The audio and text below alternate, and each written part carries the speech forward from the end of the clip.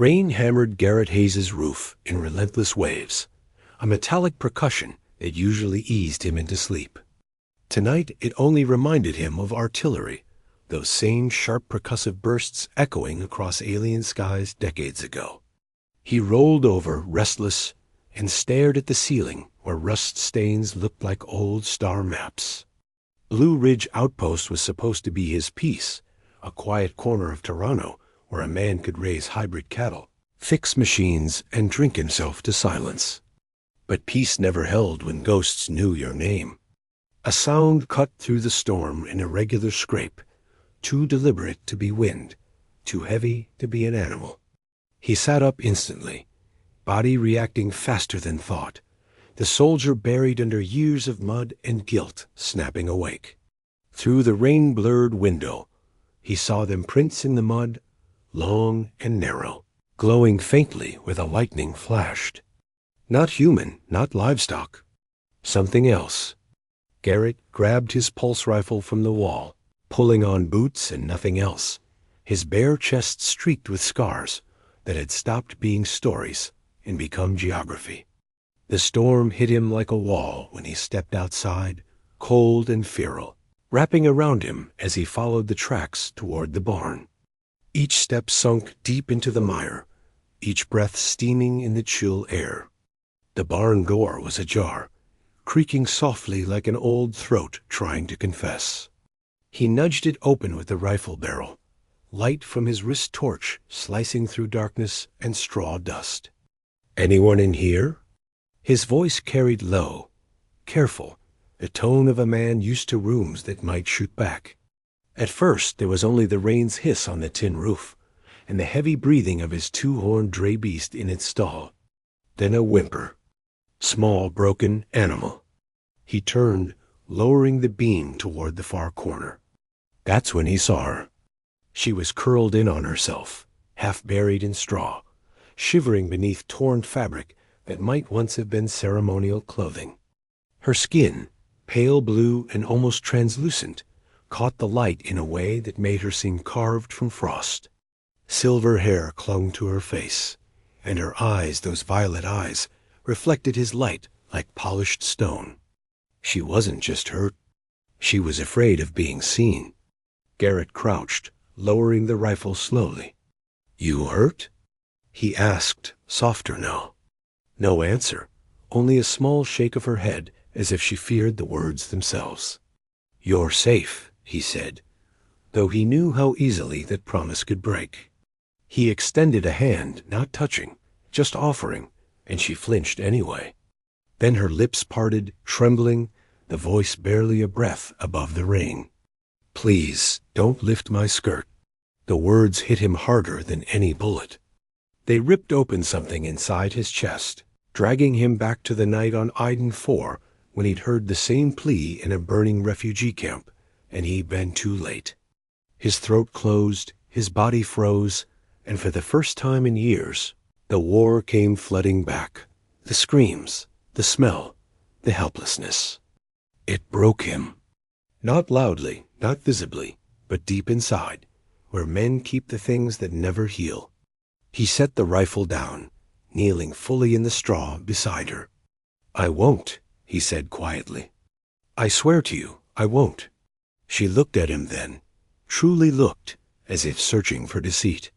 Whatever she saw, there was enough, because her shoulders loosened slightly, her breathing steadied. "What's your name?" he asked. "Anaira," she whispered, the syllables trembling like fragile glass. He could see bruises along her arms, blood matted into her hair, and the way she kept her knees drawn tight told him everything words wouldn't. He moved slowly, retrieving his field medkit from the wall. The smell of antiseptic filled the barn, mingling with the scent of wet straw. "This might sting," he warned, cleaning a cut on her temple. She flinched again, but didn't pull away. "You don't have to talk," he added, voice rough but steady. "But no one's going to hurt you here."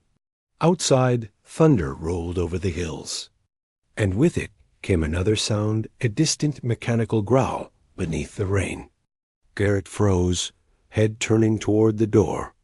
Through the downpour, faint lights flickered across the ridge low, steady beams cutting through the dark. Transport vehicles. Azui design.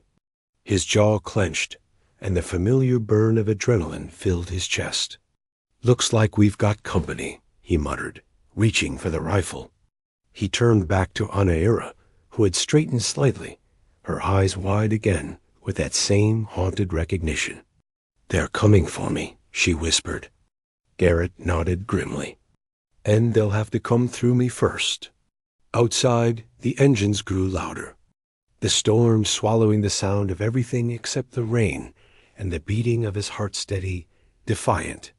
Alive for the first time in years, dawn never really came to Blue Ridge that morning, only a gray smear over a world drenched in mud and silence. Garrett crouched by the window, pulse rifle balanced on his knee, eyes fixed on the slope leading to his homestead. The Azui transports had parked beyond the ridge some time before sunrise, their lights cutting through the mist like search beacons. He could make out silhouettes 5, maybe 6 figures, tall and deliberate in their movements, uniforms, enforcers. He dealt with their kind before, men who thought law could hide the stench of cruelty. Inside, Anaira sat near the old stove, wrapped in a thermal blanket far too large for her small frame. The faint silver of her hair caught the flicker of the firelight as she watched him. Her hands trembled when she tried to sip from the metal cup of water he'd given her, the rim clinking softly against her teeth. She didn't ask questions. Maybe she'd already guessed the answers. The Azui believed in purity, in lineage, in the fiction that pain could be washed clean by exile or death. And Garrett, for all his years of trying to stay neutral, knew how zealots operated. They didn't leave witnesses. He stood, checking the charge on his rifle, the practiced rhythm calming his nerves. "They'll be here soon," he said. Anaira's eyes lifted, violet and too bright in the dimness.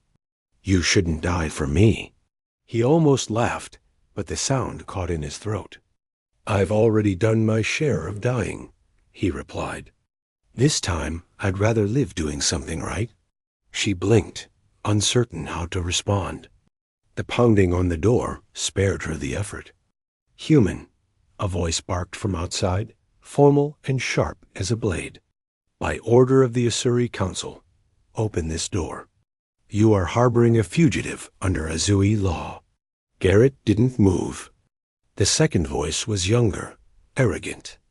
"We can burn this structure to the ground if you prefer." He exhaled slowly, slinging the rifle over his shoulder before unlatching the door just enough to face them. Rain sheeted down, dripping from his hair into his eyes. The leader stood tall in ceremonial armor, cobalt skin marked with the intricate swirls of the elder houses. "I am Torin Krelson, son of Elder Krell," he announced, eyes narrowing. "You will surrender the female immediately." Garrett's gaze stayed level. "You've got the wrong human. Haven't seen any females around here except my cattle." One of the guards shifted his weapon. Torin's lips curved faintly. "Do not test our patience. The fugitive carries stolen property and is unstable." She attacked 3 citizens of rank. Garrett's jaw tightened. He'd heard that tone before, officers justifying atrocities. "Funny," he said. "She doesn't look like she could stand up to one of you, let alone 3. You doubt our word?" "I doubt your definition of justice." The rain filled the silence between them until Torin stepped forward, close enough for Garrett to smell the antiseptic tang of Azui armor polish. "You are interfering in matters beyond your comprehension, human. This is not your fight." Garrett's voice was low and even. "She's on my land. That makes it my fight." The younger guard's hand twitched toward his sidearm, but Torin stopped him with a look. "Very well. We will return with authorization from both councils," Torin said. "But understand this, by protecting her, you place yourself in violation of our treaty." Garrett didn't flinch. "Then maybe your treaty needs rewriting," The Azui commander's expression hardened before he turned and stalked back toward his transport. The vehicles rumbled to life, retreating into the fog. Garrett shut the door and leaned against it, the tension draining from his shoulders. Anaera hadn't moved. She was staring at the fire, the flames reflected in her eyes like memories she didn't want. "They'll come back," she murmured. "With more?" "I know," he said.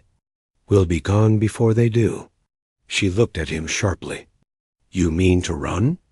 "I mean to survive." "And so will you." For the first time, something flickered in her gaze, not fear, but the faintest spark of belief. He crossed the room and crouched beside her, keeping his voice gentle. "Tell me what happened, Anaera. Tell me why they want you dead." She hesitated, fingers clutching the blanket tighter. "Because I am wrong," she said at last. "My coloring my blood, it's different. They said it's a defect. But some think it's power." She swallowed hard. "3 of Elder Krell's sons took me to prove a point. They called it cleansing." Garrett's stomach twisted. The soldier in him wanted to reach for the rifle again, to end every one of them. But the man she saw now, the man trying to live differently forced that rage down. "You're not wrong," he said. "You're a person. And I'm not letting them decide otherwise." The wind howled against the walls, as if the planet itself was protesting what had been done to her.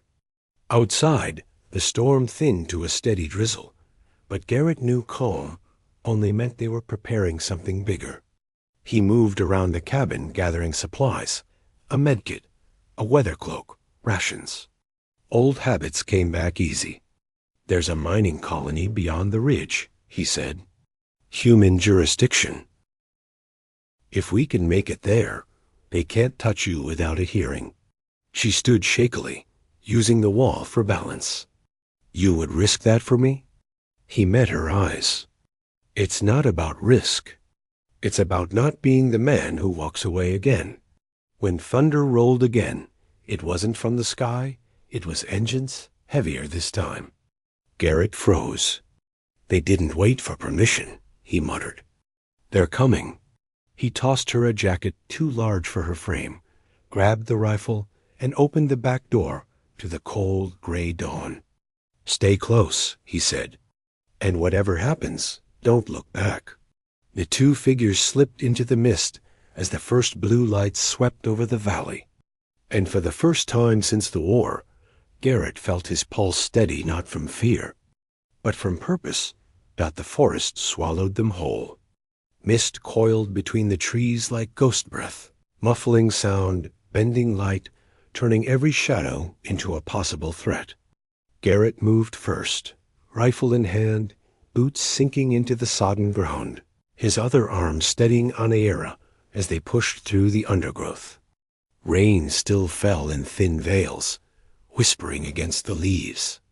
He could feel her shivering beside him, not from cold, he realized, but exhaustion. Every few steps her foot snagged, her breath catching in quiet pain she tried to hide. "Keep close," he murmured. She nodded wordlessly, her eyes luminous in the gloom. The tracks behind them were already dissolving in the wet earth, but he knew Azui pursued tactics.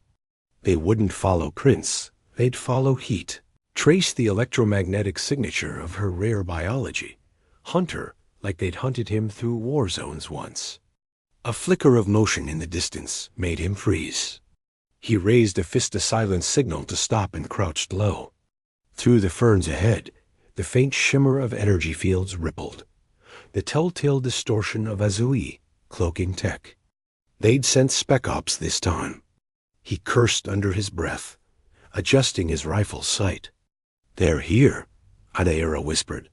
Her voice trembled not from fear, but from something else, awareness. "I can feel them. Their minds, they're cold, sharp, focused." He glanced at her. "Telepathy?" She shook her head slightly. "Not quite. It's echoes, like pressure in the air." He filed that away for later. "Can you mask us?" She hesitated, then closed her eyes. The air around them seemed to thicken, moisture condensing in sudden vapor. Garrett watched, awed despite himself, as the mist darkened, forming a veil. "It won't last long," she murmured. "It doesn't have to," he replied, tugging her forward. They skirted the shimmer, moving parallel to the patrol line. Through the haze, he glimpsed Azui's silhouette stall, angular, eyes glowing faintly under their hoods. They moved with machine precision, sweep patterns tight, weapons raised. Garrett's heart pounded slow and steady. He had danced with death before. It always moved to the same rhythm. A branch cracked somewhere to the right. One of the patrols turned sharply, scanning. Garrett pressed Anaira down into the mud, pulling her against him as a beam of light swept past inches from their faces. Her breath hitched against his chest, and for a moment he forgot the war, forgot everything except the trembling warmth of her body beneath the rain. When the light faded, he exhaled slowly. "We keep moving," he whispered. They followed the stream downhill, water rising around their boots until it became a rushing torrent. "In the water," he said, stepping in first. The cold bit through him instantly. "It'll mask our heat." She followed, gripping his arm as the current tugged at her legs. The storm's runoff made the stream a river now, and they let it carry them, stumbling downstream between slick rocks and fallen logs. Behind them, shouts pierced the Mistazui voices, harsh and alien. "They've found the trail," Anaira said, eyes wide. Garrett turned, spotting movement on the ridge, above blue lights weaving between trees. "Hold on," he said, pulling her close. He took one last breath before dragging them both beneath the surface. The shock of the cold was brutal. The river roared in his ears, muffling everything except his pulse. He kicked hard, keeping one arm wrapped around her, feeling her twist slightly, instinctively pushing water aside with invisible currents. They drifted beneath the surface until his lungs screamed for air, then broke through behind a fallen tree trunk. Garrett gasped, dragging in air heavy with rain and mud. Anaira's face was pale, her lips trembling, but she was alive. Above them, light flared. The Azui had reached the bank. Bolts of plasma sliced through the air, sizzling where they struck water. "There!" A voice barked in their tongue. Garrett didn't think. He reacted. "Hold your breath," he ordered again, plunging them back under just as a bolt tore through where their heads had been. The current seized them, spinning them through submerged roots and jagged rocks. When they surfaced again, they were far downstream, the forest thicker, quieter. Garrett pulled them onto the bank, chest heaving. His muscles screamed, his skin burned from cold. "You okay?" He managed. Anaira nodded weakly, water dripping from her silver hair. "I can help." Her eyes glowed faintly. Upstream, a massive tree groaned, splintered, and crashed into the river, sending up a spray that obscured everything. "That should slow them."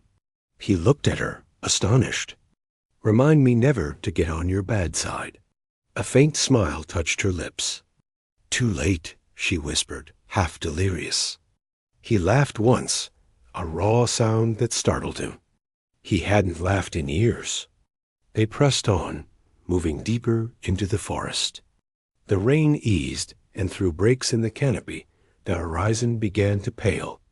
The first trace of morning light revealed the ridge ahead, a jagged silhouette against the storm clouds. Beyond it, faint and golden, shimmered the barrier field of New Haven Colony. Safety, civilization, and probably trouble. Garrett paused at the base of the ridge, setting Anaira down gently on a boulder.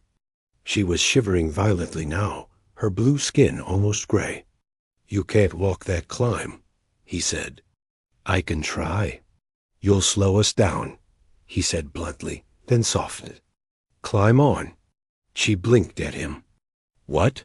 You heard me. I've carried heavier.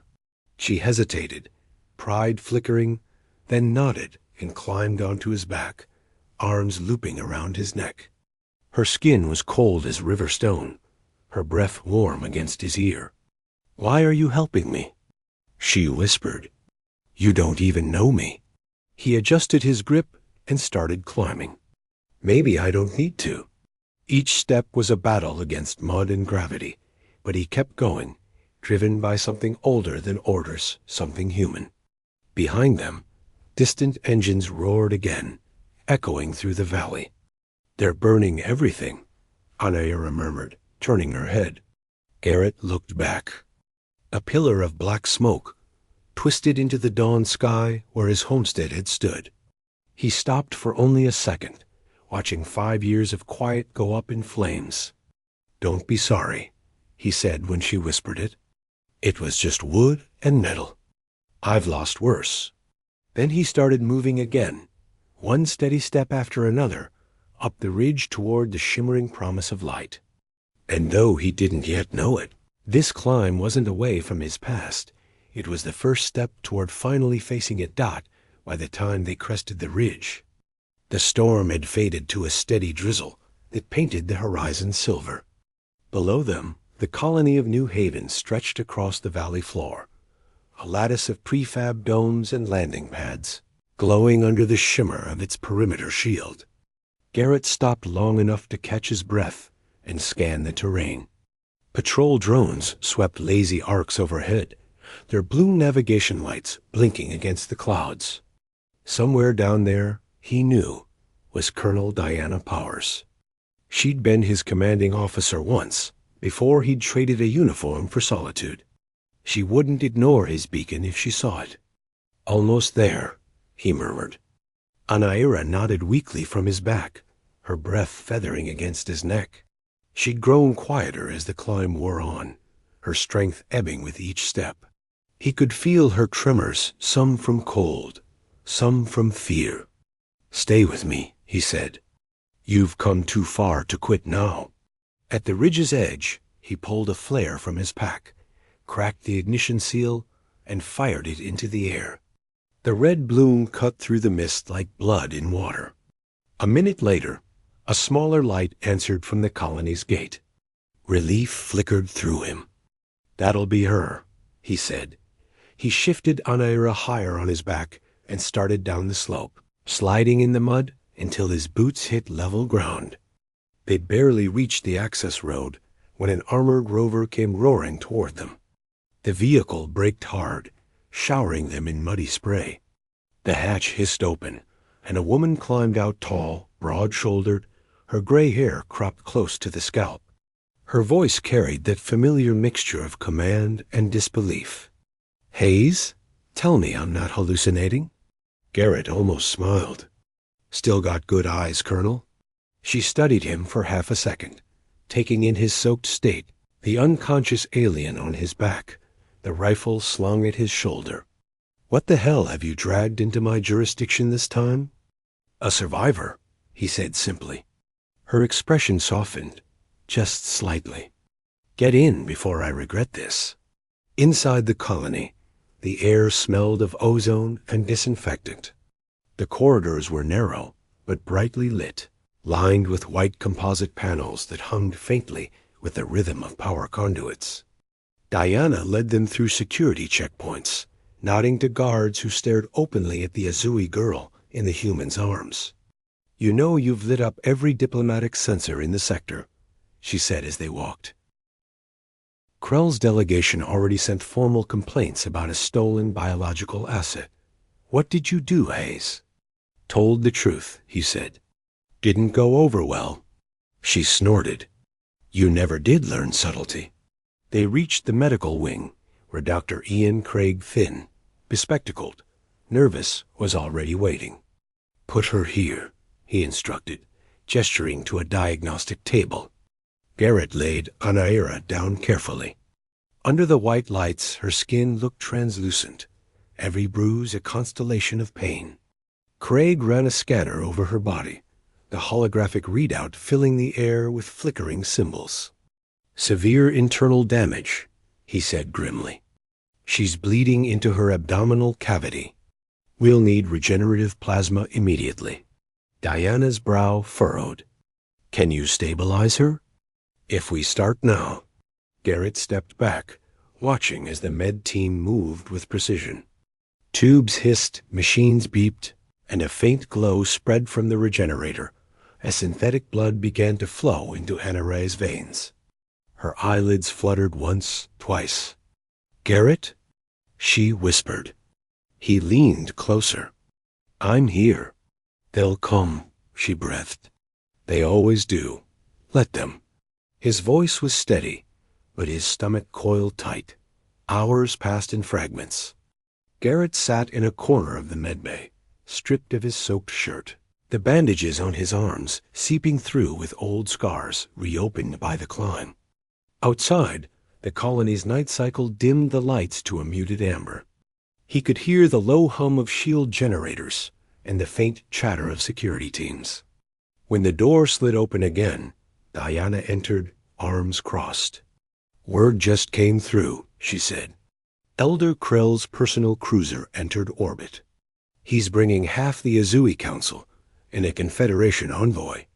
They're calling it a diplomatic inquiry, but we both know it's cover for an extraction. Garrett's eyes hardened. They'll try to take her. They'll claim legal authority to.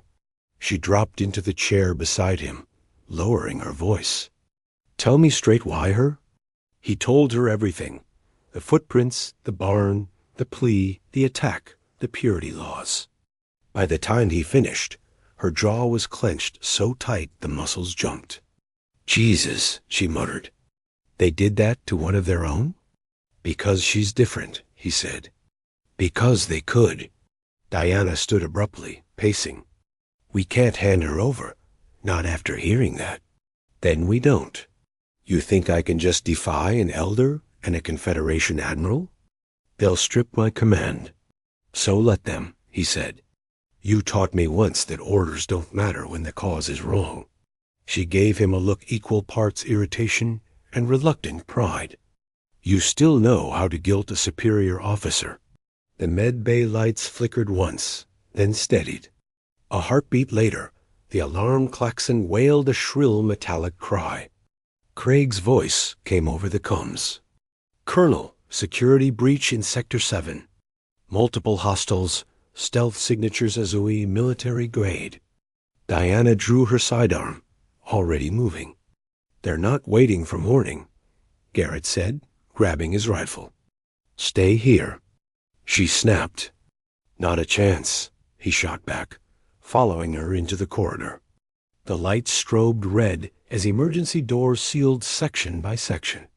The air smelled of ozone and burning circuits. Far down the hall, energy bolts flashed blue. They've cut through the outer bulkhead, Diana said into her comm. All units converge on medical. Garrett turned the next corner and froze. 3 shimmer-suited figures moved like ghosts through the smoke, weapons raised. He fired first 2 quick bursts. One went down, cloaking flickering out to reveal cobalt skin and expressionless eyes. The others returned fire, plasma scorching the walls. He rolled behind cover, heart hammering. Craig! He shouted into the medbay intercom. Seal the room.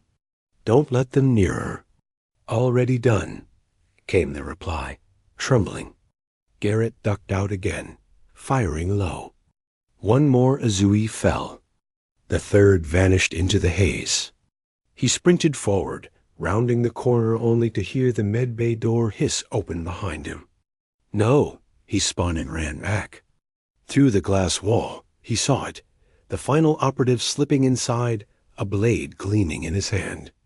Inside, Anaira was half-conscious, trying to rise. Garrett burst through the door, his rifle leveled, but the operative was faster.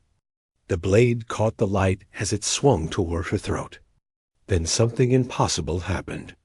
The air between them seemed to solidify.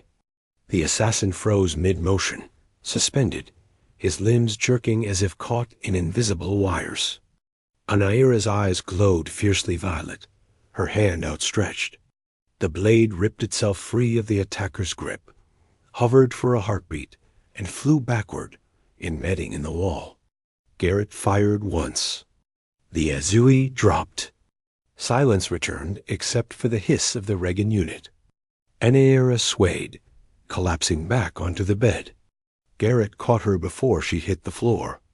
Her pulse was faint but steady. "You did good," he whispered, voice shaking. Outside, boots thundered as Diana's troops secured the corridor. She appeared in the doorway, breathless. "You all right? Ask me when this is over," he said. Somewhere above them, the colony shield groaned under fresh bombardment. The Elder was making his move. Garrett tightened his grip on the rifle and looked at Anaira's still form, the faint silver light flickering along her skin. Whatever this was, it wasn't just a rescue anymore. It was the start of something larger, something the galaxy wasn't ready for. He stood, meeting Diana's eyes. "We hold the line," he said. "No one takes her again." And as the alarms blared and the floor trembled with the weight of war descending, Garrett felt the old soldier inside him come fully awake, not for duty, not for command, but for the one life that had asked him for mercy, and in doing so, had given him back his own. The storm above New Haven had turned the sky the color of iron. Every few seconds, the thunder of distant bombardment rolled across the colony shield, vibrating through the metal walls. Garrett leaned against the med bay doorway, his chest bandaged, his rifle slick with sweat. The air smelled of burnt circuits and sterilizer, and his ears rang with the fading echo of gunfire. Colonel Diana Powers stood at the central console, one hand pressed to her earpiece as security reports poured in. Sector 7 clear. 2 hostiles down, 1 captured. Shield integrity at 84%. She exhaled hard. They're not retreating. Krell's shuttle is entering atmosphere. Garrett's eyes narrowed. So the old bastard came to finish it himself. And he's bringing a Confederation representative with him, she added. Admiral Victor Harrington. Garrett froze. The name hit him like a backhand. Harrington? The words came out sharper than he intended. My old CO. He discharged me for insubordination. Diana gave him a dry look. Then this reunion will be awkward. An hour later, the diplomatic chamber was a war room, pretending to be civil. Polished floors gleamed under 2 bright lights. The massive circular table was flanked by 2 flags, Confederation blue and Azui silver. Garrett stood behind Diana's chair, arms crossed, his expression carved from granite. Across from them sat Elder Krell, his cobalt skin darker than the others, his ceremonial robes immaculate despite the chaos outside. Beside him, Admiral Harrington looked exactly as Garrett remembered sharp. Silver-haired, immaculate, every metal perfectly aligned, the kind of man who thought precision equaled morality. Between the factions, in a simple gray jumpsuit, sat Anaira. Her wounds were healing, faint silver lines tracing where flesh had mended. Her violet eyes held steady, though Garrett could feel the tension radiating from her. Let the record show, Harrington began, voice clipped, that this meeting concerns the unlawful detention of an Azui citizen by a Confederation colony.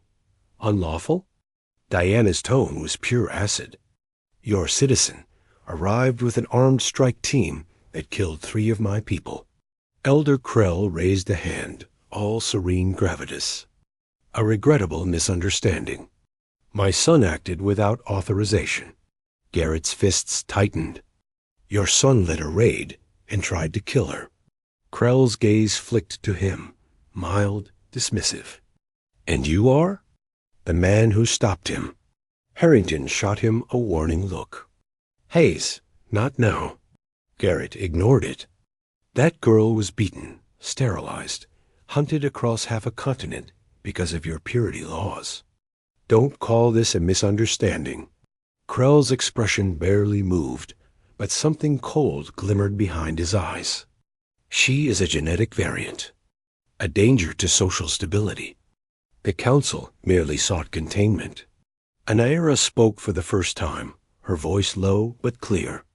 Containment? You call it that when you take our children, when you carve us open to see what makes us different. The elder's nostrils flared. You misunderstand your place, child. No, she said softly. You misunderstand yours. The room fell silent. Even Harrington shifted uncomfortably. Diana activated the holo-display.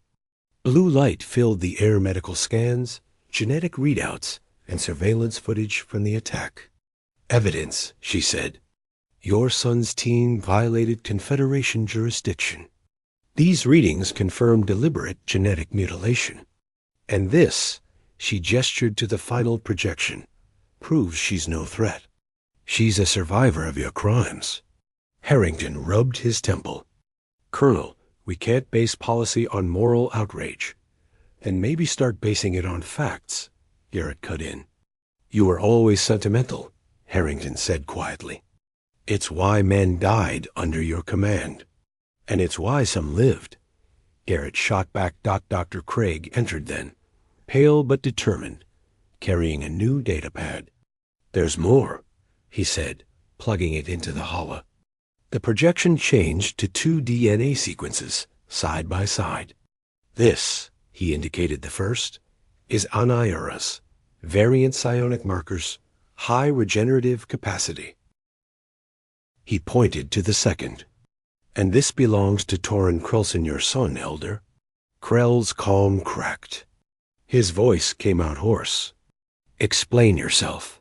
The markers are identical, Craig said. Your son carries recessive variant genes. They could only have come from you. For the first time, Krell's composure faltered. The color drained from his face. Murmurs rippled through the delegation. Garrett allowed himself a thin smile. Seems purity runs thinner than you thought.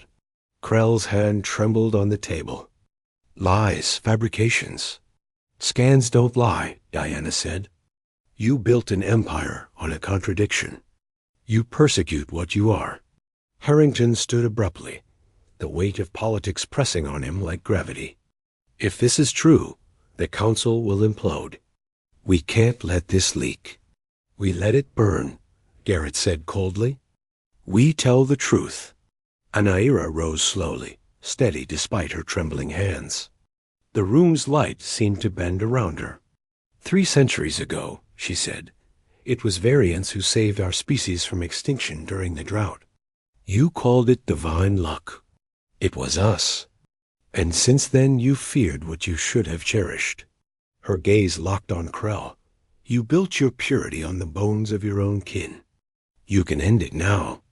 Krell stared at her for a long time, something breaking behind his eyes. Pride, maybe, or denial. Finally he said, barely audible, What would you have me do? Diana didn't miss a beat. Sign an accord. Asylum for all variants who seek refuge. End forced sterilization. Dismantle the purity tribunals. Do it now, or we broadcast these records to every colony on Toronto. Silence thickened. Harrington looked between them, calculating. Then, to Garrett's shock, he nodded. It's the only play left, he said. Let the Confederation stand for something this time. Krell's shoulders sagged, the weight of a dynasty collapsing. Very well, he said. I will authorize reform. My son will answer for his crimes. But you will protect my people from reprisal. You have my word, Diana said. And mine, Garrett added. As the agreement was sealed, the tension in the room shifted from hostility to exhausted relief. Harrington approached Garrett, voice low. You still break every rule, Hayes. And you still hide behind them, Garrett replied. But there was no venom in it, only weary understanding. Across the table, Anaira was watching him, and when their eyes met, she smiled. Not the smile of the broken girl in the barn, but of someone free, Outside, through the transparent walls of the chamber, the first light of dawn touched the scorched horizon. The storm had passed, but its memory hung in the air. Garrett leaned his hands on the table, feeling the hum of the colony beneath his palms, the pulse of something fragile yet alive. "It's over," Diana said quietly. "For now," he answered. "Truth doesn't end wars. It just changes who fights them." Anaira came to stand beside him, her silver hair catching the rising sun. "Then we'll keep fighting," she said softly. "Together." And for the first time in years, Garrett believed it. 6 months later, dawn rose soft and gold over Haven's Edge, the settlement that had once been a deserted mining outpost and was now a sanctuary for the lost. The air smelled of wet soil and sun-warmed metal, a far cry from the sterile tang of New Haven's halls. Rows of solar panels shimmered beside greenhouses built from salvaged alloy. Between them moved Azui and human alike, farmers, builders, children with bright eyes and stranger gifts. It was a fragile peace, held together by compassion, grit, and the stubborn will of those who'd survived too much to stop now. Garrett Hayes stood on the porch of the main hall, a mug of bitter coffee steaming in his hand, watching the sunrise gild the valley below. The scars on his chest ached faintly in the cold, a familiar ghost of pain that had become almost comforting. He'd kept his rifle stored away for months now, traded the trigger for a spanner, the soldier for the craftsman again. Beside him, barefoot and luminous in the morning light, stood Anaira. Her silver hair caught the sun like a living thread, and when she smiled, it felt to him like the whole world exhaled. "You're thinking too loud again," she said, voice soft but teasing. "You humans always brood when you should breathe." Garrett smiled faintly. Old habits. Hard to let go. Below them, a group of Azui children were laughing near the hydro garden, their hands glowing faintly as they coaxed vines to twist upward. "She's good with them," Garrett said, nodding toward a young mother tending the seedlings. Anaira followed his gaze. She was afraid to touch soil when she arrived. Sighed she'd never been allowed to. Now she's teaching others how to make it bloom. Her tone carried quiet pride. That's the point of Haven's Edge, isn't it? To take what was broken and help it grow again. Garrett looked at her sidelong. "You sound like you rehearsed that." "Maybe I did," she said, a spark of humor lighting her violet eyes. They stood in companionable silence for a while, the wind lifting strands of her hair, carrying the scent of ozone and green things. The hum of the colony's generator faded into the background until the only sound left was the quiet rhythm of life rebuilding itself. It wasn't perfect, nothing truly was, but it was real. "Diana sent word," Anaira said after a moment. "The Joint Commission passed its 3rd reform clause. The purity tribunals are being dissolved." Garrett exhaled slowly. "Didn't think I'd see that day." "Neither did I." She hesitated, then added softly, "Krell has stepped down. His health is failing." "Guilt's a heavy thing," Garrett murmured. "Sometimes it eats a man faster than age." Before Anaira could answer, the colony's perimeter alarm chimed a steady, low tone, not urgent, but enough to draw their attention. Garrett's body still reacted before thought. His hand went instinctively to where his pistol used to rest at his hip. Old reflexes didn't die easy. A security aide came jogging up the path, breath fogging in the cool air.